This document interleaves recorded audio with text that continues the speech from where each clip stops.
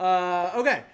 We got a bunch to cover. First of all, baseball keeps giving us topics. Samuel Basallo signs an extension with the Baltimore Orioles. For all my Mike Elias haters out there, the man went and did a thing. Sometimes you just have to let the process work, right?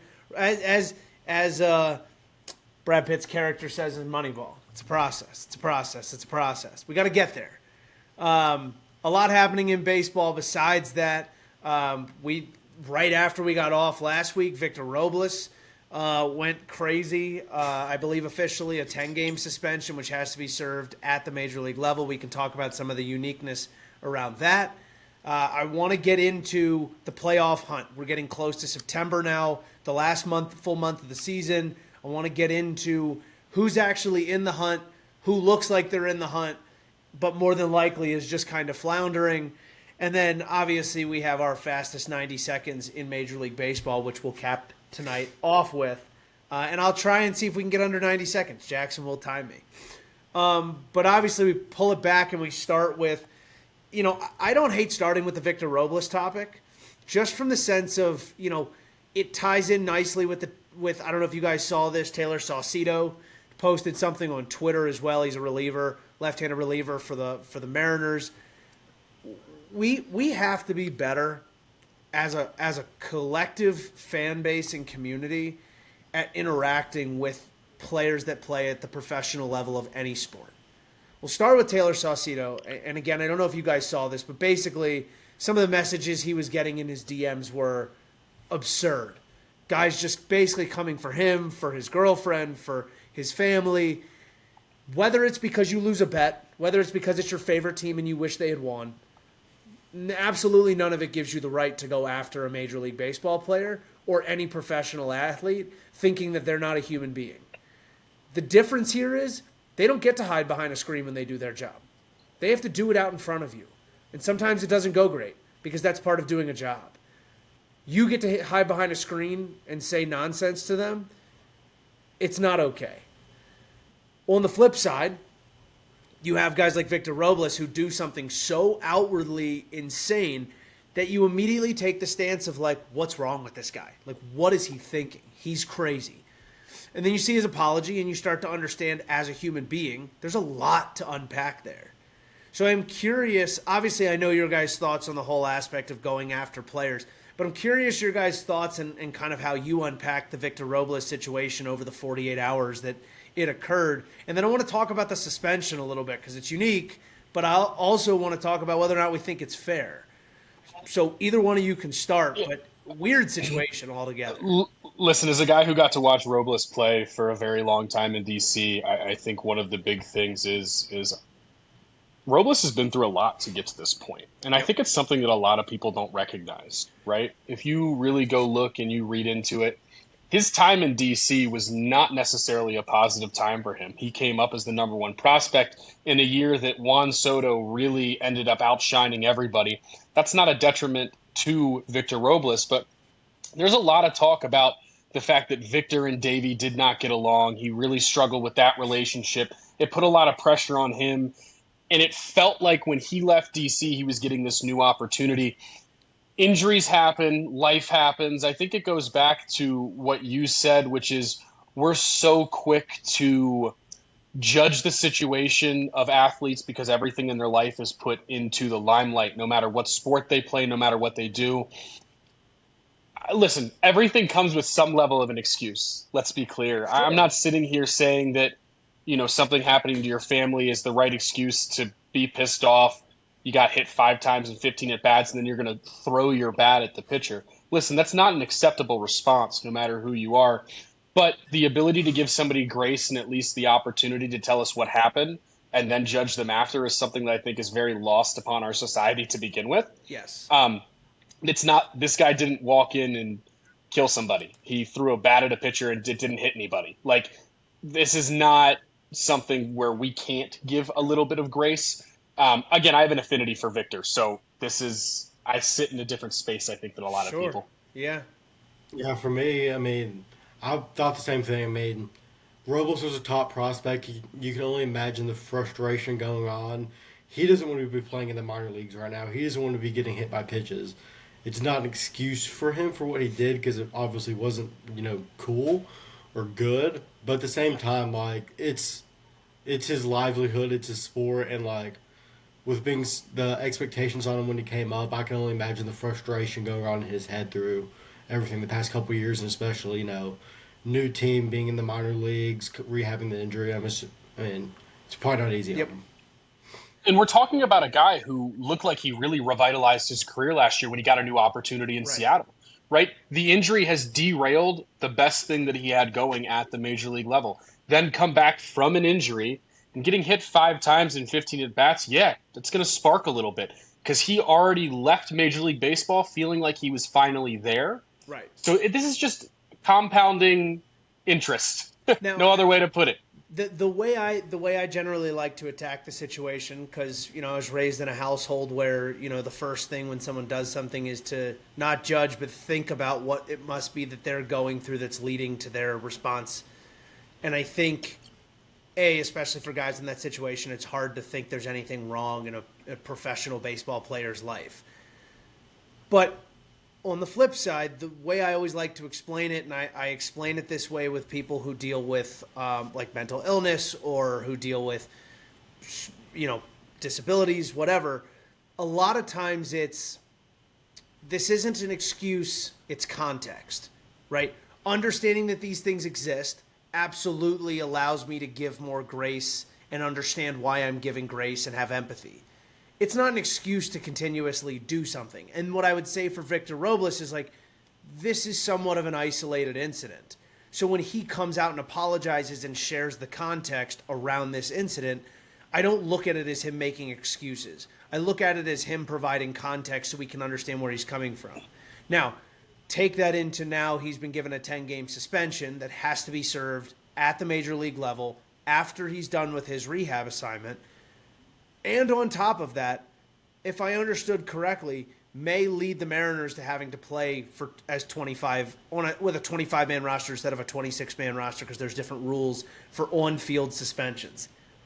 Around that, I think the harder thing for me is like he's appealing the suspension, which I would assume is just to try and lessen the time. Like there's some level here where you, in accepting and apologizing, comes with you saying, hand up, I'm taking a suspension here. I get it. Your team has to, and your fans have to be upset with the fact that you are hurting the larger organization in doing so. I don't know that 10 games is necessarily too much, but I understand the effort to maybe probably knock it down to 5. I don't know where you guys sit on this, but you throw a bat at somebody. Like there's a level to which, like, as big as the reaction was, or as reasonable as maybe in the moment emotionally it felt like it could have been, you threw a bat at somebody. Like you could have verbally abused the guy and not gotten suspended. You could have actually gone out towards him, yelling at him, and been held back by somebody and just gotten ejected from the game and not gotten suspended. Right? Yeah. Am I crazy there? Like, I think 10 games is probably right. Unfortunately. Yeah, I thought 10 games was honestly pretty right. And my immediate thought was, what if the Mariners just don't bring him up for the rest of the year and he ends up somewhere else next year and has to start the MLB season on a 10-game suspension?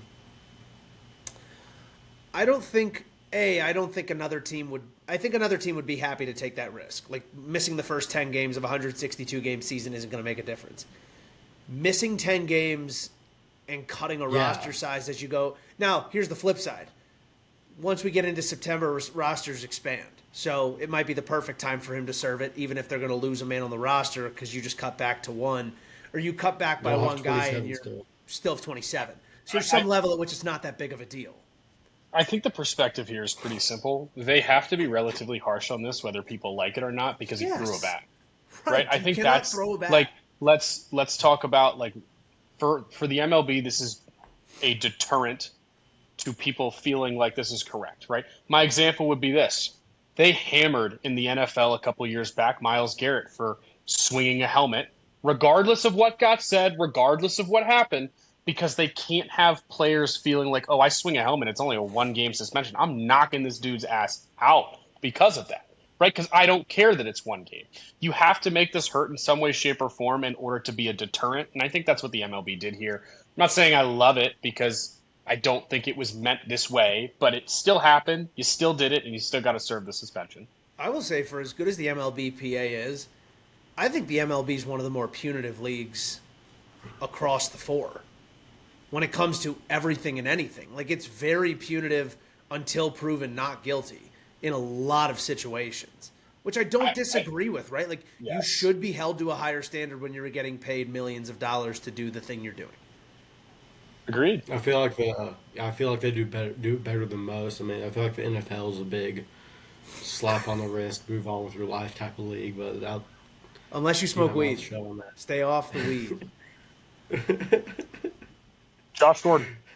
Josh Gordon, stay off the weed. Yeah. I think that's a good. I think that's probably a good place to close up shop on the Victor Robles situation. I just wanted your guys' thoughts on it because it happened between our last two live shows. Now, I also want to dive in here to the MLB standings a little bit and the wild card standings and where we sit right now when it comes to teams in the hunt. So I'll start here by just kind of giving you a little bit of a run through on the AL. The teams leading: the Yankees up by a game and a half, the Red Sox up by a game, only a half game behind New York. The Mariners in that last spot up 2 games. Yankees are up 3.5. I did my math wrong. Red Sox up 3. Mariners up 2 games. Royals are the team that's 2 games out. Guardians, 3 games out. Angels, 6.5. Rangers, 5.5. Rays, 7. It's hard, right? Because the Rays have shown flashes of being a team that could absolutely go on a run here. But are we running out of time with 7 games? The Angels don't give me that hope of a team that could go on a run, and they're 6.5 games out. The Rangers feel like they could make a push at 5.5 games, depending on how the Red Sox and Yankees play. There's a level here at which the Yankees keep throwing the ball around. They're going to keep sliding backwards, only 11 games over 500. But the Royals are 2 games out. The Royals are in the hunt. And the Guardians are 3 games out. They're both in the hunt right now. Of those 2 teams, let's call it the Guardians and the Royals in the hunt, who do you view as actually truly hunting right now? And who do you think has the largest outside shot between the Rangers and the Angels and the Rays when it comes to those 5 teams still kind of in striking distance with a month to go? For me, it's the Royals, because I've always been a big fan of, if you play, especially with teams like that, if you play your best baseball too early, you're in trouble. And I think Cleveland did that. They had that month stretch from like the middle of July to like a week or so ago where they were playing their best baseball, and then they started sliding a little bit. I have a feeling their best days of baseball are behind them. I don't think they're a bad team at all, but I think the Royals could catch fire at the right time. And then I think the Rangers are the other team. That roster is still unreal. And they're a team that, if Corey Seager and Simeon both hit 350 with 5 home runs, 6 home runs in the month of September, they can make the playoffs. And that's not exactly, a crazy thing that could happen. Yeah, it's hard when you've got, two starters as the Royals on the 60-day IL that you're like, man, I'd really love to have those 2 arms as we make a push here between Bubic and Reagans. But the guys that are in the rotation right now have been throwing pretty solid. Like, they're doing a good job of keeping themselves in ball games. Vinny Pasquantino's getting very hot. He's been hitting the nuts and bolts off the ball. Bobby Witt Jr. sneakily is having the best season of any shortstop in baseball right now. We're just not talking about it, which is crazy, but it's because it's not up to his standards and he's not hitting enough home runs for people's liking. But, when you look at this, Seth Lugo hasn't been his best, but Michael Wacha's been better. Noah Cameron's been solid. Michael Lorenzen's been solid. Right? Like, you start looking at some of the guys that are there, and I think you're right. I think those are the kind of things that need to happen when you're playing your best baseball down the stretch, with the likelihood that Seth Lugo is going to figure it out and start pitching some better games, that's just going to keep this team more in the ball game with an opportunity. I don't know if I look at the Guardians the same way of saying, as you do, of saying their best baseball is behind them. I don't know what you think, Ryan. I know you have an affinity for our Guardians. I want to bring up one name that you didn't talk about with the Royals real quick because he's earned it since coming over from the Padres, which is Ryan Berger. He's been excellent in 3 starts for them. That has been one heck of a pickup so far for Kansas City, and a team that, as you mentioned, really, really, really needed some help in the rotation. He has been awesome this year, and he has been awesome for them, really coming into his own at 25. I would say that my answer is the Guardians, and the main reason why is because I've watched them do this for 10 plus years of my life. They will play more fundamental defense, and they will push across more runs than everybody when the games matter. They'll have a better record in one-run games, and they will end up being right there by the end of it. But I'm going to disappoint everybody on this live stream. I think the teams that you see in right now are the teams that we're going to see in the playoffs, unfortunately. I don't think it's going to be as fun on the AL side as people would like. However, I do think the one thing that's going to change, and I've already stated this to all of you, the Mariners are playing bad baseball at the perfect time. Guess what? They're going to heat up in the last month of the season here, and they are going to end up, in my opinion, finally doing what the Astros have done to them for the last 3 years, which is taking that AL West crown. I think that's going to be the most fun thing to watch down the stretch. I do believe, as fun as I think Kansas City is going to be in 26, 27, and 28, I do think right now that Cleveland has the best chance of that group to find a way in. The dark horse, as you asked for before, has to be the Texas Rangers. It's a really simple reason why. They are, of every team that is below, they have a plus 47 run differential. They're the type of team that could actually find a way to hit themselves in. Plus, the pitching staff has been inconsistent outside of Eovaldi and DeGrom. And we could see guys like Jack Leiter really come into their own, and some of these other younger guys put on enough to allow that premier offense to really heat up. I could see them making a run at the end. I just think it's going to come up short. Yeah, I think that when you look at that Rangers team, this is the most wide open we've ever seen an AL playoff picture at this point in the season. You're talking about a team that's 3 games below 500. That is only 5.5 games out of a playoff spot. Now, I think the thing that hurts them the most is, who they play down the stretch is only one team that's in that spot. And I think it hurts the Central teams even more, right? They're just going to beat up on each other trying to take over somebody else's spot. It's going to take somebody else doing something poorly or doing something well in another division that helps them out, right? It's going to be the Orioles and the Blue Jays trying to beat the Red Sox and the Yankees and tear them down. It's going to take, teams like the Angels beating the Mariners. It's going to take the Mariners beating the Astros and the Astros continuing to fall, right? I think that's the hardest part for those Central teams that may lean towards the Rangers having a better shot. But I think overall what's going to be the destruction of any of these guys in the hunt trying to get there. It's just too hard to make that leap right now, I think. I think it's super important for me as somebody who's watched AL Central baseball for a long time express to people that division is never bad. That division is always almost on even footing. They beat the living crap out of each other. Yeah. Right? And that's one of the reasons why you see it so hard to come out of a wild card in that division comparatively. A lot of times, and we've seen it in years past, it's the division winner or bust in the Central. That may not be something that's going to go away on a regular basis anytime soon. So something to look at and something to consider on the AL side. Except for last year. Hey, man, I never said it doesn't happen. Just said it mainly happens.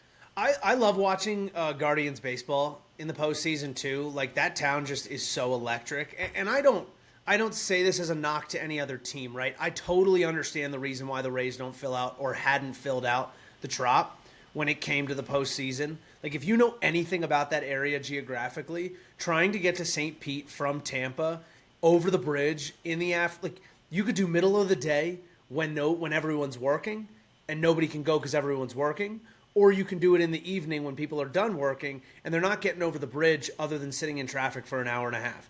It's just a really hard ballpark to fill at any point in time. I understand that.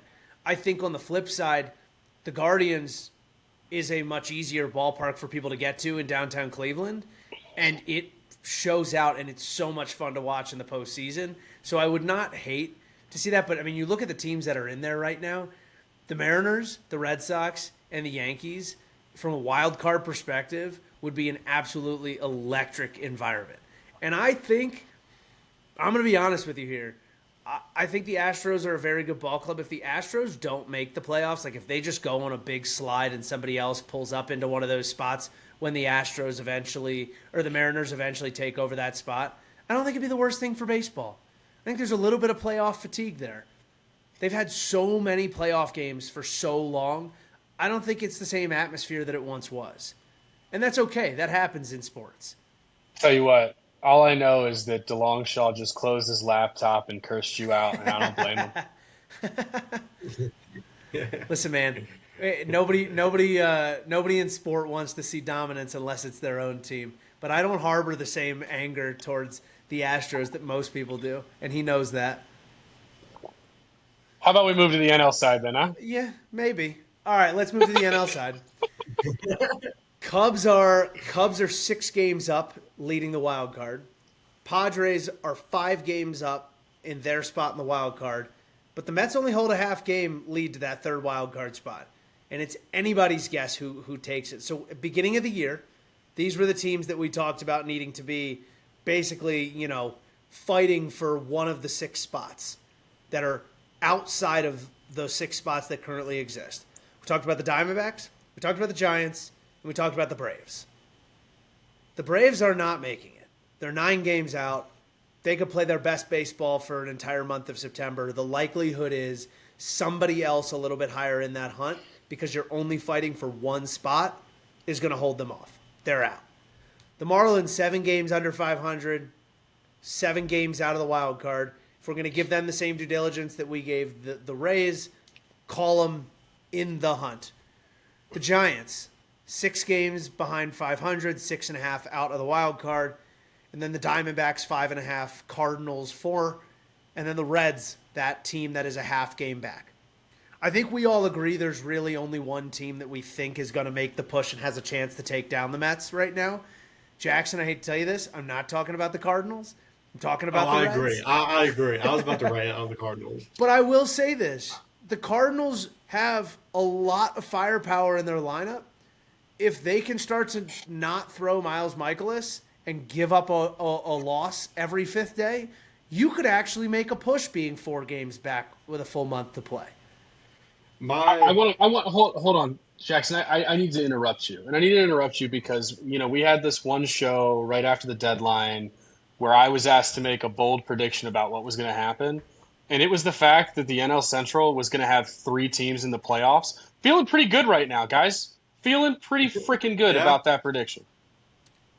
You know what's crazy is I don't think the Brewers had started their win streak when we had that conversation either. Chicago was on top still. Chicago was either on top still, or it was like 1 game over the Cubs, which I think is wild that you said that, because we were like, yeah, I think the Brewers will probably start to push ahead of the Cubs, and they're like, oh yeah, see ya. And then the Cubs haven't really played horrible baseball, right? Like, they're playing fairly average, but not bad enough that they're going to slide even past where the Padres are. That division is up for grabs. We'll get into it later. But the Mets are being the Mets, and it's so infuriating because the Mets will go through these stretches of like 5 games where they hit the ball out of the ballpark and nobody can pitch to them because they're going to dominate you, whether you have a Cy Young throwing or you have nobody throwing. And then they go through these stretches where it looks like they've never seen a baseball coming at them ever. And it's like, I feel so bad for Mets fans. Like, there are teams that I feel bad for on the whole because they've had to deal with it all year. But the roller coaster ride that Mets fans have been on since the offseason, since like the Soto stuff even started kicking around at the beginning, this has been the most heart-wrenching year the Mets have had, I think, in a very long time. And that is a crazy statement to say, considering how they got into the playoffs last year and what they've even done the last 5 years as an organization. But I don't think the Mets are making it. I just don't think they're getting in. I think they're going to blow it. I think Mets will probably make it. I wanted to dive on the Cardinals a little bit. The whole reason they Give it won't to me. make it is one simple reason: They starting catch the pitching. lineups. Uh, Sure. since the All Star break, Michael McGreevy, love the guy. He's been the best starting pitcher. He has a 4.5 ERA since the All Star break, and that's the lowest mark among their starting pitchers. Like, the only hope that I could see is in a couple weeks, JJ Weatherholt and Quinn Matthews get the call, and the Cardinals are still 3, 4 games back, and then they start having a lot of fun playing baseball. That's the only world I could see it. But right now, it just they can't every game. Like I think it's the fourth inning right now. They've given up 5 runs to the Rays or something like that. Like it's game in and game out. They're getting wrecked. Well, and this isn't what we're talking about tonight, but I'm still going to bring it up. I I I look at the Cardinals and I think about the guys they have coming up between Weatherholt, Tink Hence, Quinn Matthews. I know there's Cooper Hajurp. Like in the next couple of years, this is going to be an extremely fun team to watch. But like this feels very 2022 Orioles to me, where like you played better than everyone thought you were going to play. It was definitely a step up from the year before, but there's obviously pieces missing, and there's guys whose time in this league has maybe passed them, and they're still kicking around and doing the thing. And by the time you get to next year, you'll start to see them, wean off. What I'm very curious about is Nolan Arenado. And again, this is not the direction we needed to take the live show, but I am curious your guys' thoughts as we talk about the Cardinals. Do you think they're going to be so hell-bent on trying to move him again this offseason with that contract, considering the guys that they have coming up? Because he's played fairly solid this year. He's been a big part of the reason they've won a good amount of the games they've won. I feel like it's one of those things where, like, unless you're really doing it to cut down on cost, which would be a really tough thing as a fan to look at, I don't think that's a terrible piece to hold on to, because it's not like you can't move him at the deadline. It's not like this is the last year you own him either. For me, Resident Cardinals it fan? has to do with. For me, it has to do with where they're at in the minor leagues right now, because you have Wynn's your shortstop right now for the future. He has 20 outs above average this year. That's your guy. Brendan Donovan's starting somewhere in the infield probably going forward. And then you have JJ coming up, who's going to start somewhere in the infield. You have Blaze Jordan coming up the system, who will be on the 40-man likely next year, as he will be Rule 5 eligible this year. And then you still have Nolan Gorman, who has been actually hitting pretty dang good the past month or so. That's 5 infielders that you could potentially see on the roster next year who aren't named Nolan Arenado. And those are guys you just have to give at bats to. Like, I have no idea if Blaze Jordan's going to be good or not, but you might want to give him some at bats and see, because this is the time in their rebuild where you can give young guys at bats and see what happens. And I don't think Arenado fits into that mold. And I like they're giving Weatherholt a lot of opportunities at second base, and I like that.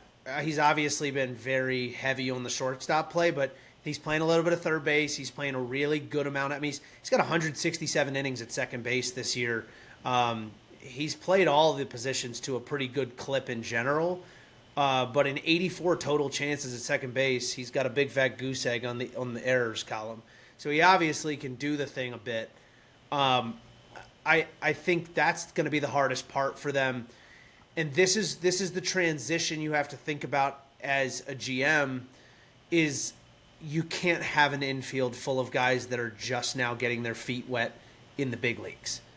This is why I say one more year of Arenado, who shifts a little bit maybe to more of a DH consistently while you get these guys defensive opportunities. It's hard because you don't want to devalue his glove, because he still has a really stellar glove at third base.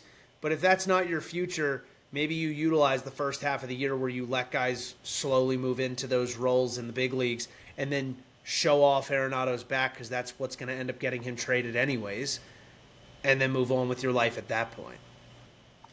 I'm gonna go out on a limb and say, just flip it to this of the maximum that we see Nolan Arenado in a Cardinals uniform more than likely is one more year. I do tend to agree with your thought process and why. The biggest thing that's going to be tough for them is the fact that though his technical salary decreases over the next 2 years from 21 million to 16 to 15 million, he's still against the luxury tax for the next 2 years, a $25.5 million hit. Yeah, Well, hold on. We're about to talk about your guy getting a large contract for a long period of I time. know. One of the reasons why I think that the Cardinals may move off of him at least after next year for sure is simply to make sure that they could take as much of that hit off of their luxury tax, because by then it's going to be time to make some decisions on keeping a couple of these guys. And let's just put this into practice here. If they're your 2022 Orioles next offseason, or the 2026 to 2027 offseason, time to spend, right? So there is a level of which that 25.5 million luxury tax hit is going to potentially affect operating costs for them, and that's why I think you may see this change. However, with all of that being said, there's not a single team in the league with a young core that wouldn't take that 36-year-old Nolan Arenado in 2027, because guess what? You might be paying him 15 million, but you knew you were going to pay him this much on the back end when you traded for that contract, knowing that you were okay with the guy and the player you were getting. I think it's at maximum one more year, just because I think they'll probably bring some flexibility to their spending. But if I'm being real with you, if they move him this offseason, they cut about half of that out, it won't surprise me. Well, I don't know that anybody's going to take. I think the hard part is I don't think anybody's going to take the contract full on. And if you have to eat some of it, I mean, it may improve what you get in return.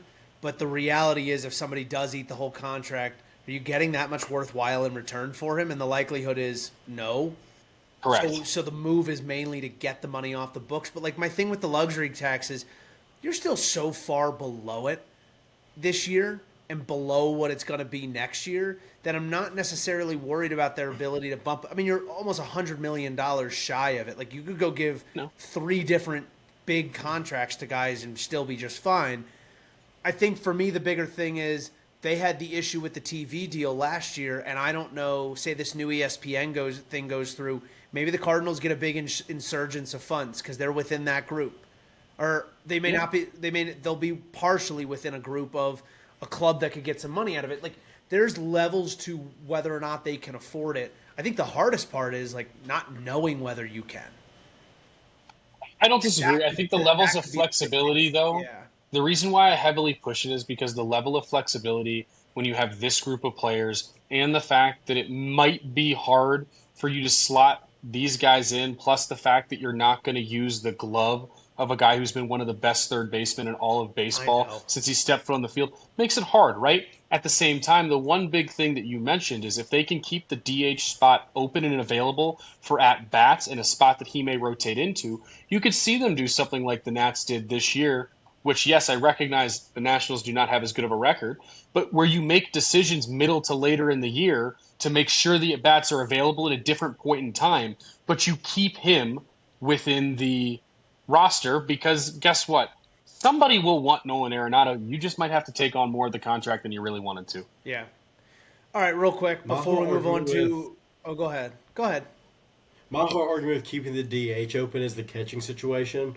You almost have to keep the DH spot more open when you have 3 catchers in the big leagues and 3 more coming up the pipe pretty soon. I feel like slotting Arenado in 2 or 3 out of every 5 days in the DH spot, I still think it just stunts the development even more. Arenado's one of my favorite Cardinals ever. I love him. I'm more in the suit of trading him, not even because of the money, but just because of the at bats he's taking. Those are at bats that younger guys can be taking right now. Like I love Arenado. At this point, I just want him to play for a team that's actually playing meaningful baseball in September right now. And again, on a smaller scale, we just saw the Nats do it with Nathaniel Lowe, right? Like that's exactly why the Nats moved on from him, right? Another team, again, yes, the Cardinals are competing much more so than the Nationals, but it's that exact example, right? It's you have to pick and choose what veterans do get at bats because, yeah, you still need to sell tickets and you still need to have names on your team, whether anybody ever wants to admit that or not. But how long can you do that before, as Jackson said, you're stagnating the development of guys who will be those names for you in the future. Yeah.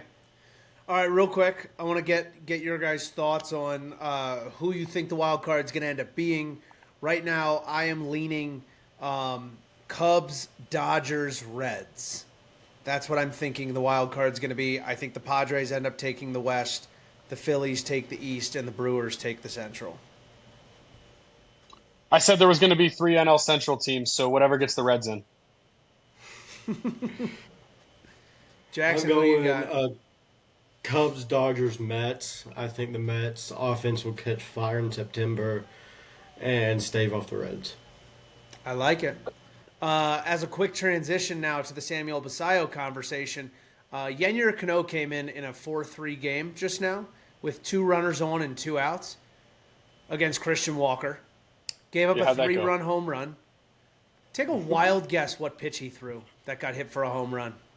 Was it his changeup? It was the most useless pitch in baseball, the Yennier Cano changeup. He threw it 92.6 miles You can't say an that hour. out loud on a live stream without explaining to people why we believe that pitch I'm is getting useless. there. All I right, was getting perfect. there. Yennier Cano's arsenal, for those who don't know, is a sinker, a changeup, and a slider. The sinker averages about 94 to 96 nowadays. The changeup averages 90 to 93 and is on the exact same plane as the sinker.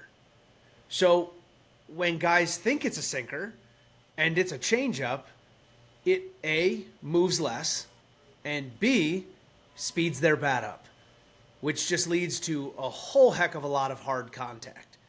It is a horrendous pitch. The slider's fine, but nobody swings at it anymore because they're just waiting for the ball that moves the other direction.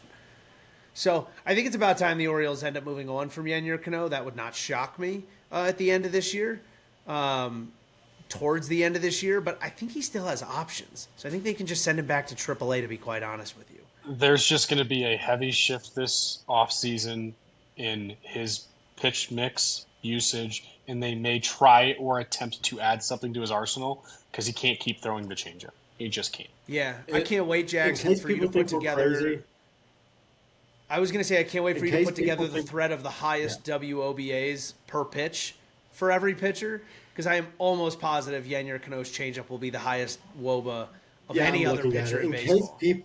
In case people think we're crazy, this is what hitters are doing against his changeup this year.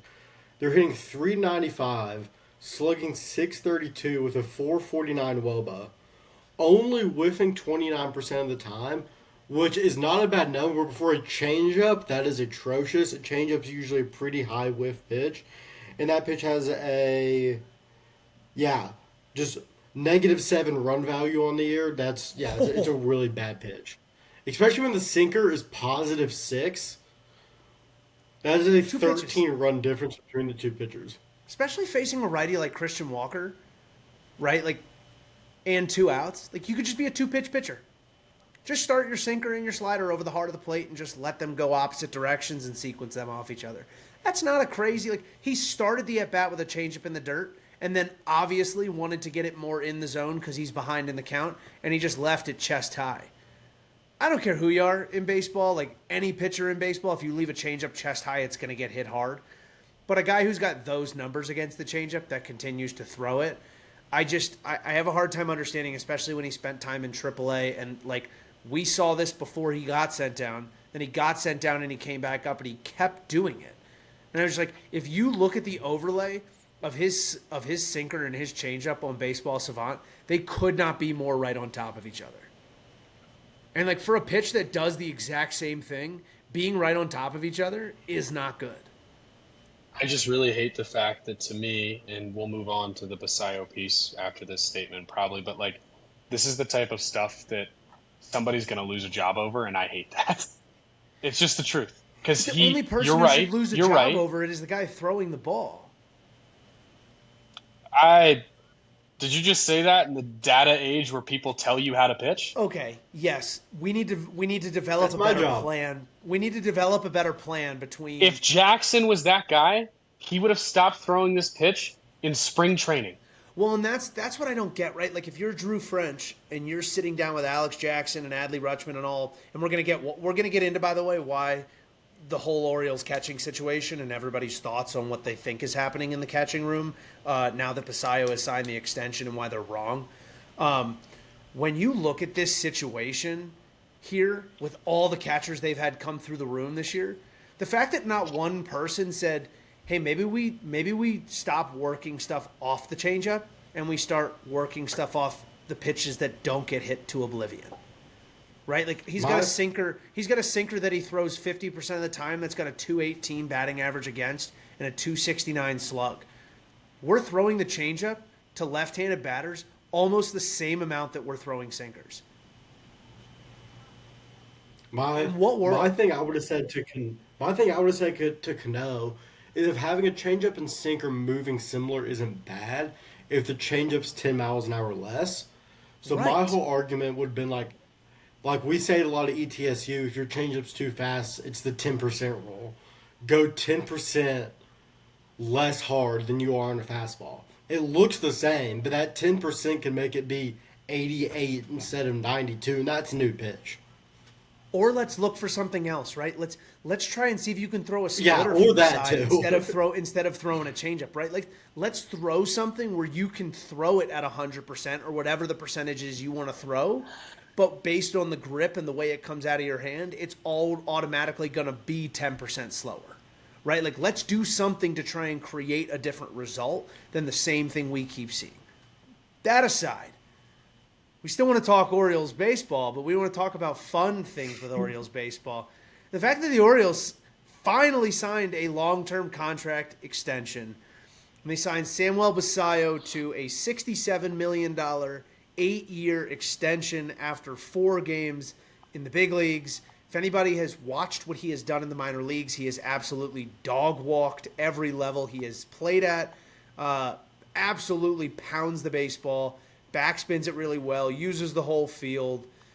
There's not a lot more to say about the guy from a player standpoint other than he hits the ball hard, he hits it in play a lot, he doesn't strike out a ton, and he's the kind of cornerstone bat that you could build a lineup around for a very long time. The Orioles noticed that, and they also, I would like to say, took advantage of him being an international free agent signing, which generally the likelihood you can get to sign a long-term extension at an early, young age much, much higher for obvious reasons. I'm a huge fan of the contract. I'm a huge fan of the numbers as it breaks out. I think I sent it to you guys earlier, so we had it available tonight.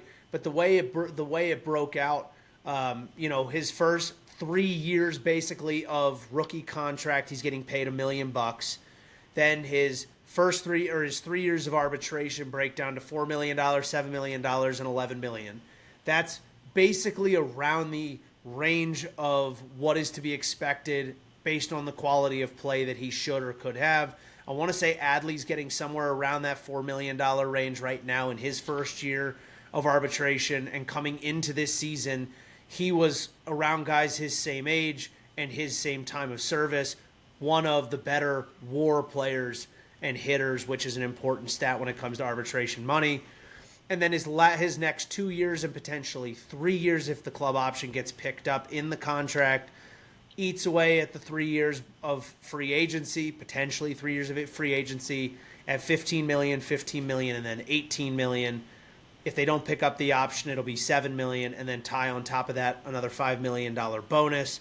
I heard there were escalators in there that could plus it all the way up to, I think, $83 million. No matter which way you slice it, if Basayo plays up to his potential, this is a dirt cheap contract for what the Orioles are going to get from him production-wise. And what they know they now are going to be spending every single year, so they can actually focus on some other guys that are going to be harder to sign and higher dollar value to sign. Yeah, this is a contract that I don't think comes to full fruition. I was very impressed with the fact that the Orioles got this deal done. I thought it was a great deal from Basayo from the standpoint of early in his career. He's going to guarantee himself X amount of money. I have a feeling that we're going to get to right around that 2031 date where he's making about $11 million. And if he does what I expect him to do, you're going to see him sign a new, larger extension for a lot more money. And the reason why I say that is many of you have not got to see Basayo comparatively to some of these other prospects that have been highly touted. Flax is absolutely correct when he says he absolutely dog walked every level that he was at, and he did it at such a young age.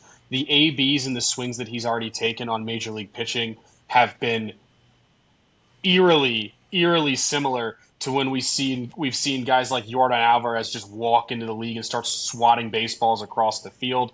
His ability to get to high fastballs at upper velos is absolutely impressive, and has the ability to really stay on top of a ball like that. Here's why I love this contract for the Orioles. There was two guys who everybody knows very well. The Boston Red Sox just inked two long-term contracts, part of their big three, and Roman Anthony and Christian Campbell.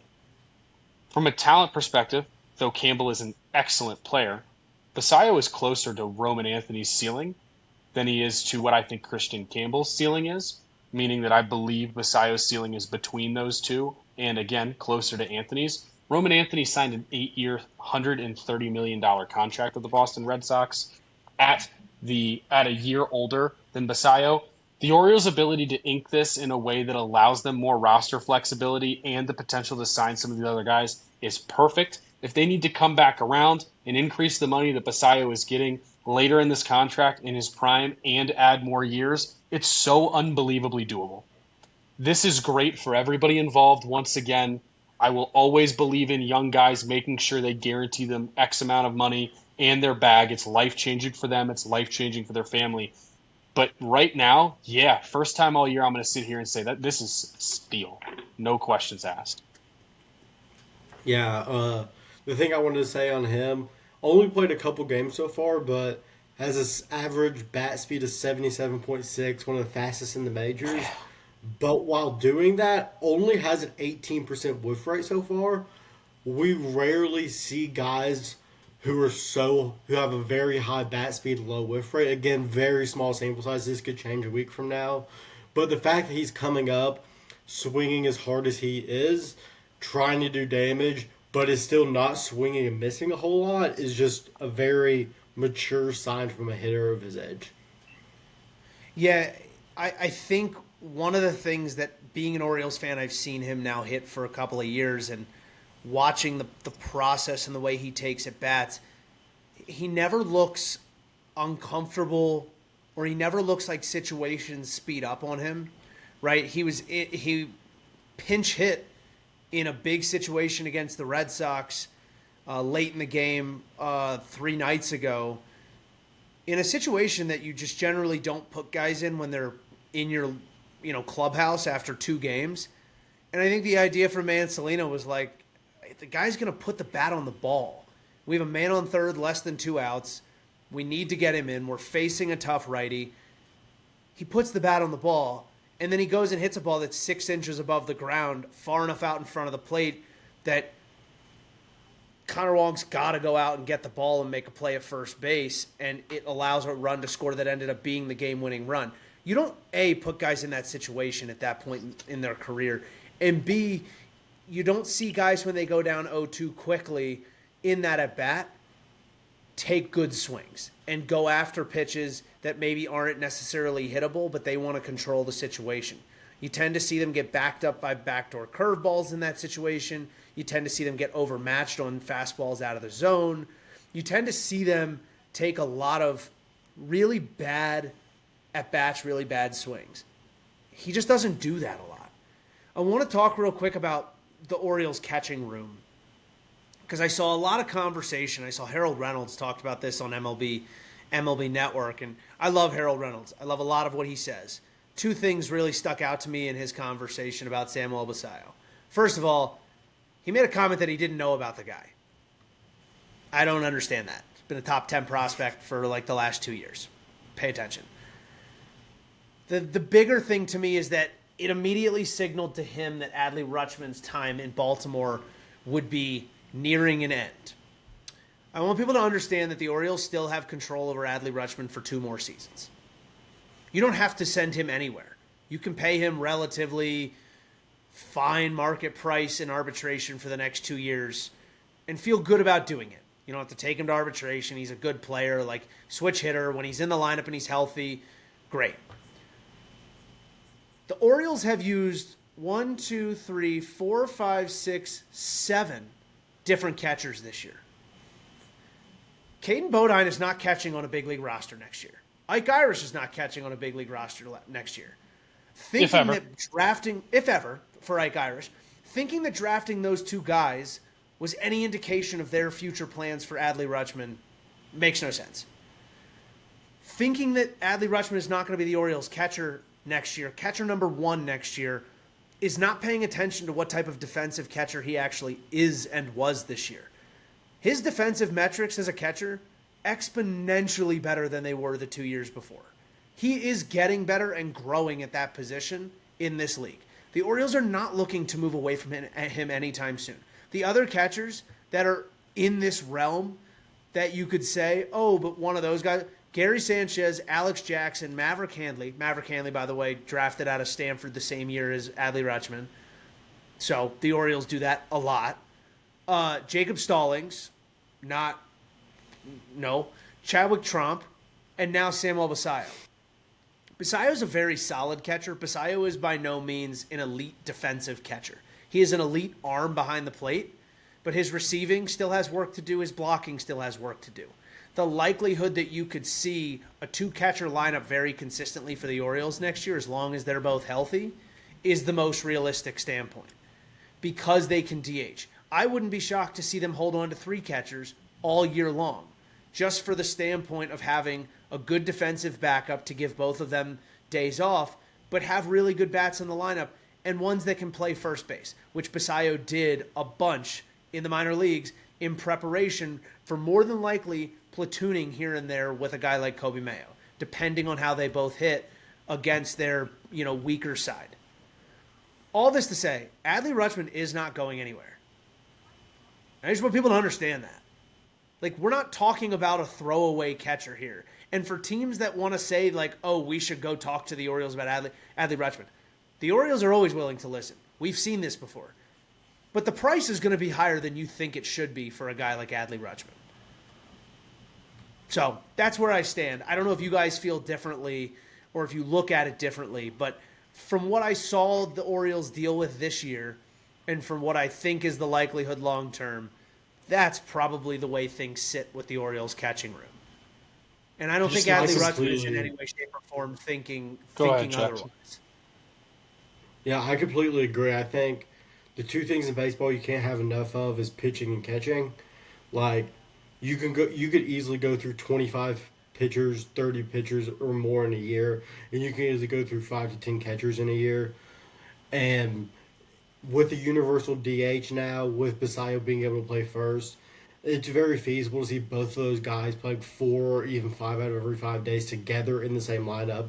You can see Basayo having like a 2-catcher, 2 DH, 1 first base kind of schedule.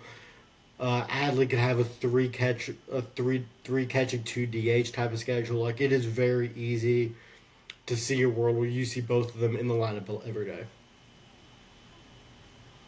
I think more than anything, for me, the question really becomes, more than anything for the Orioles with Adley Rutschman, is the number of which they're going to put in front of him is just going to be lower, and it's going to have a lot to do with whether Adley wants to take that or not. I don't expect the Orioles to move him this offseason.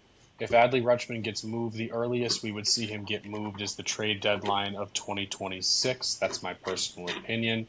It would really depend on what the season looks like, but this is a very, very odd point for both player and team, because 2 years ago, the number that they're about to put in front of him would not have been the number, right? That's not what they would have expected to put in front of him for a extension.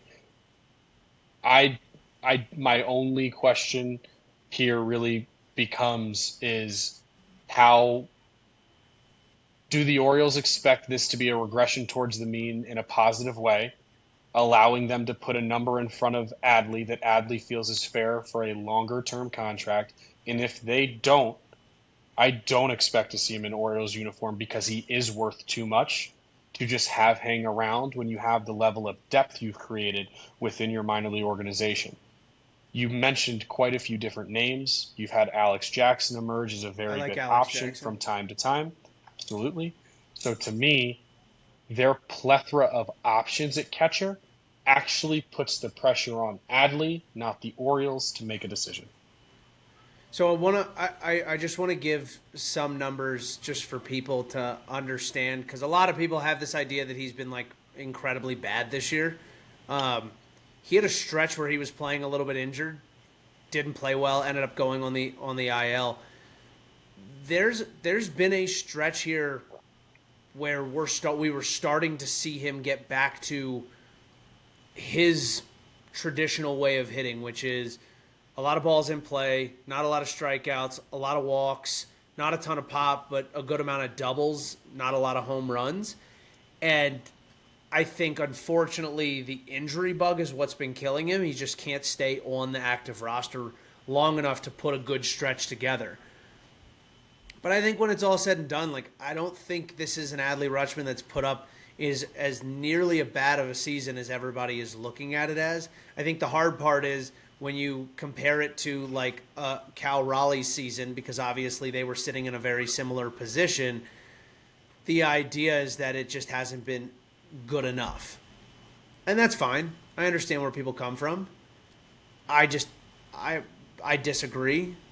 And I think when he's in the lineup, the team is always a better team. And it's always been that way. They just play better baseball. So we'll see what happens, but that's my take on it. Jackson, I don't know if you have any other thoughts before we close up shop with the, as always, the fastest 90 seconds in Major League Baseball. I'm all good, Flax. Time to let it eat.